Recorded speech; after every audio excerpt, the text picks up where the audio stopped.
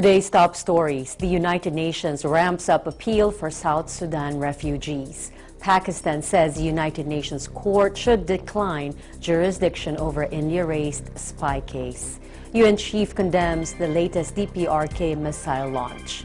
New U.S. envoy to Israel kicks off appointment at the Western Wall. U.S. says Syrians have built a crematorium near a prison. Engineer in the deadly 2015 Amtrak crash is charged with manslaughter. Plus, the Iglesia Ni Cristo North Hollywood congregation opens its doors to neighbors and friends.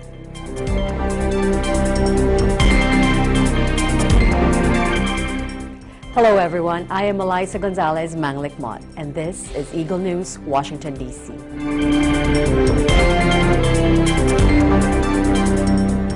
UN agencies increased their 2017 appeal for South Sudan's refugees on Monday, saying they needed at least $1.4 billion to help alleviate unimaginable levels of suffering.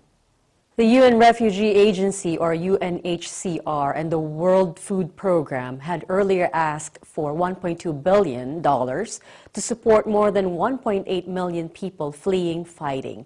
The agency said in a joint statement even that was only 14% funded. WFP Executive Director David Beasley said that this funding is urgently required to bring South Sudan back from the brink and save lives. The UN High Commissioner for Refugees, Filippo Grandi, called the situation in South Sudan one of the greatest tragedies of our time. And the fact that the appeal for South Sudanese refugees is only 14% funded really is very telling about how we are failing them and the host countries if we don't accelerate this support. The United Nations has declared famine in parts of South Sudan and warned that more than 20 million people risk dying from starvation because of drought and conflict in Yemen, Somalia, South Sudan, and northeast Nigeria, while more than 100 million face acute malnutrition worldwide. Pakistan on Monday said the United Nations Court, formerly known as the International Court of Justice, should decline jurisdiction in a case brought by India, which says that Pakistan violated the Vienna Convention on Consular Relations by denying an Indian citizen, who Islamabad says is a captured spy, access to legal and other assistance from India. Earlier on Monday, India asked world court judges to order Pakistan to stay the execution of Kulbhushan Sudhir Jadhav, a former officer in the Indian Navy who was arrested in March 2016 in the Pakistani province of Balochistan, a case that has escalated tensions between the two nuclear-armed neighbors. According to Islamabad, Jadhav confessed to being tasked by India's intelligence service with planning, coordinating, and organizing espionage and sabotage activities in Balochistan, aiming to destabilize and wage war against Pakistan. In April, a Pakistani military court sentenced him to death. No date was set for the execution. Pakistan has said Jadhav's conviction and sentence remain open to appeal. The government of Pakistan remains confident that whether it be the provisional measures or the application itself, the clarity of the law and the facts will prevail, and India ultimately will find that its claim is dismissed. Thank you.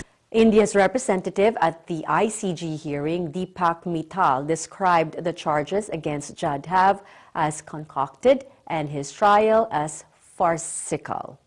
Responding in a separate hearing in the afternoon, Pakistan's agent before the court, Mohammad Faisal, said the court did not exist for time wasting. Pakistan argued that consular access is not an absolute right under the Vienna Treaty, and that a 2008 bilateral treaty between India and Pakistan supersedes it anyway. The court said it would set a date for ruling as soon as possible. Spokesman Stefan Dujarric said United Nations Secretary General Antonio Guterres condemned the latest missile launch by North Korea on Monday. The Secretary General condemns the launch of another ballistic missile by the Democratic People's Republic of Korea. This action is in violation of Security Council resolutions and a threat to peace and security in the region. The Secretary General calls on the DPRK to ensure full compliance with its international obligations and return to the path of denuclearization. North Korea fired a ballistic missile that landed in the sea near Russia on Sunday. The UN Security Council first imposed sanctions on North Korea in 2006 and has strengthened the measures in response to its 5 nuclear tests and 2 long-range rocket launches. Diplomats said on Sunday the UN Security Council is due to meet on Tuesday to discuss North Korea's latest missile launch. Coming up, new U.S. envoy to Israel kicks off appointment at the Western Wall. U.S. says Syrians have built a crematorium near a prison. Engineer in the deadly 2015 Amtrak crash is charged with manslaughter. Plus, the Iglesia Ni Cristo North Hollywood congregation opens its doors to neighbors and friends. Eagle News, Washington, D.C. will return shortly.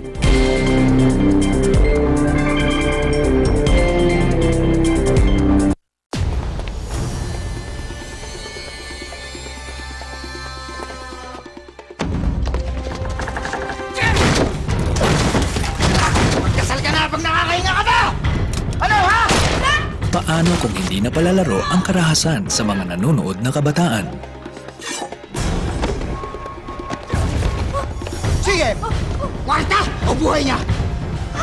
Kaya kaagapay ninyo ang MTRCB rating bilang gabay. Agila Balita, Lunes hanggang Biyernes, alas 7:30 hanggang alas 8 ng umaga.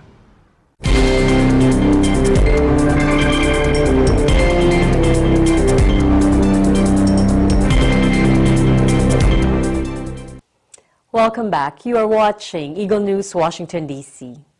The United States' new ambassador to Israel, David Friedman, arrived in Jerusalem on Monday and immediately paid a visit to the Western Wall, the main Jewish holy site in the Old City. Friedman, a longtime friend of U.S. President Donald Trump, has contributed financially towards Israeli settlements in the occupied West Bank. Trump will visit the region in a week's time. The new envoy will officially take up his role when he presents his credentials to Israeli President Reuven Rivlin on Tuesday. His visit to the holy site as a first gesture is thought to be unprecedented among diplomats to Israel. Friedman was escorted to the wall by the site's presiding rabbi.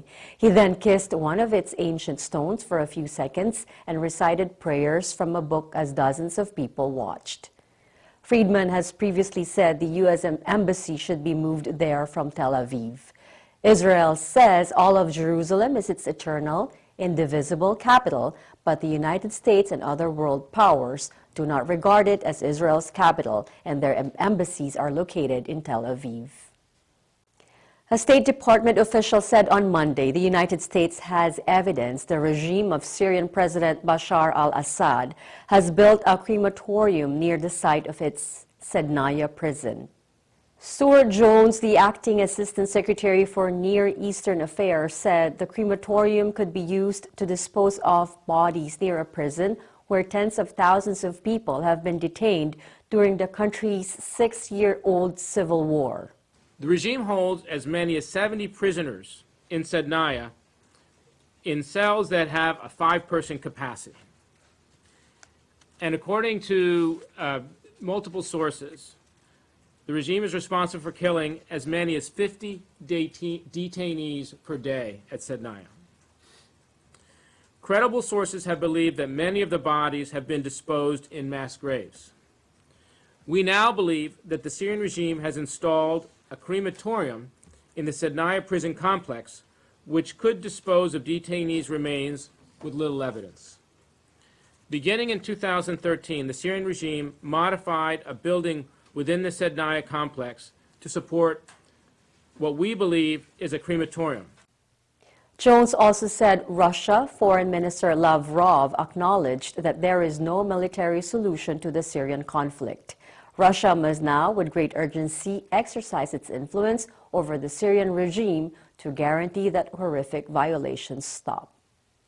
Pennsylvania Attorney General Josh Shapiro said in a statement on Friday, the engineer in a deadly 2015 Amtrak train crash in Philadelphia has been charged with involuntary manslaughter, even though local prosecutors had cleared the Amtrak employee of criminal wrongdoing earlier in the week. According to Shapiro's statement, in addition to 8 counts of involuntary manslaughter, former Amtrak engineer Brandon Bostian was charged with 1 count of causing or risking a catastrophe and numerous counts of reckless endangerment. The Attorney General's office did not say when Bostian would be arraigned. Officials said he is expected to surrender to make a court appearance, but that will not likely happen Friday night. The Philadelphia District Attorney's Office on Tuesday said it did not have enough evidence to charge Bostian and closed the case. But a Philadelphia Municipal Court judge on Thursday ordered the charges of involuntary manslaughter and reckless endangerment against Bostian to be revived. The District Attorney's Office had said evidence indicated the derailment was caused by the engineer operating the train far in excess of the speed limit, but it found no evidence that he acted with criminal intent. Coming up, the Iglesia Ni Cristo North Hollywood congregation opens its doors to neighbors and friends. Eagle News Washington, D.C. will return shortly.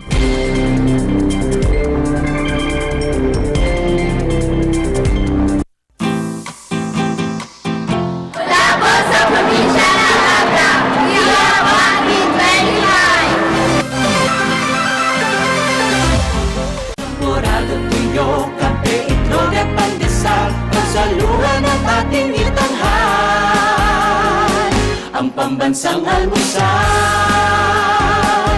pambansang almusal, ang pambansang almusal, pambansang almusal. Lunes hanggang Biyernes, alas 6 ng umaga, dito lang sa Net 25.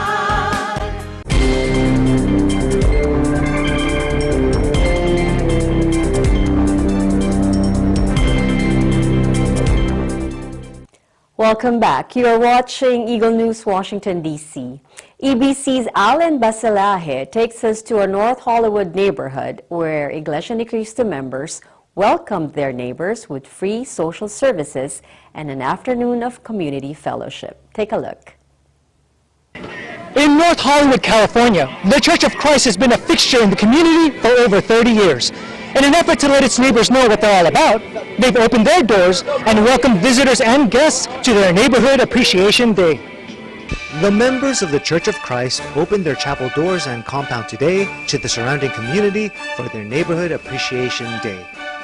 The event began with welcome remarks and a recognition award from the City of Los Angeles to the Church of Christ for hosting this event and improving the lives of the residents within their neighborhood.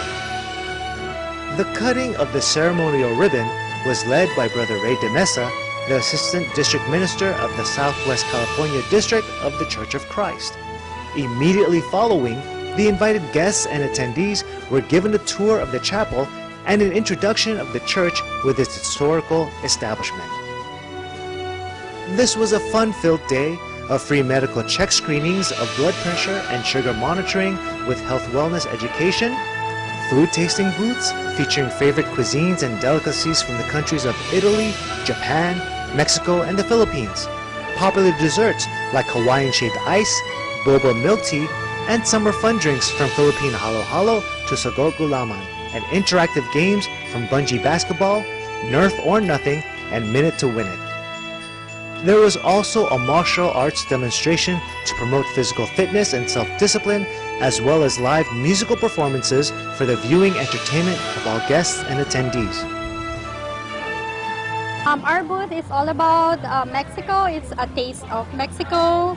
So everybody have their own booth, but for us it's kind of original because it's Mexican. So we prepared Mexican food, and most of it is like fresh vegetables and tacos and chips. Yeah, I have a good time because anytime there's eat food, I'm having a good time. Yeah.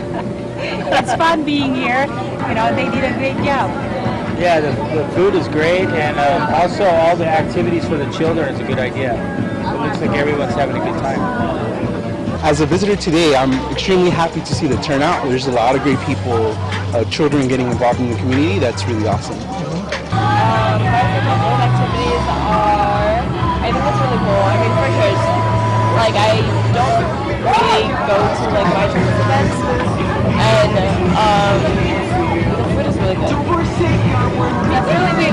Tried a couple of foods so far. It was definitely a lot of fun, and the fact that it's free, it makes it even more fun. It's really, you really get a sense of community bonding here, and it's very great to see these kinds of activities and just the feelings of friendship.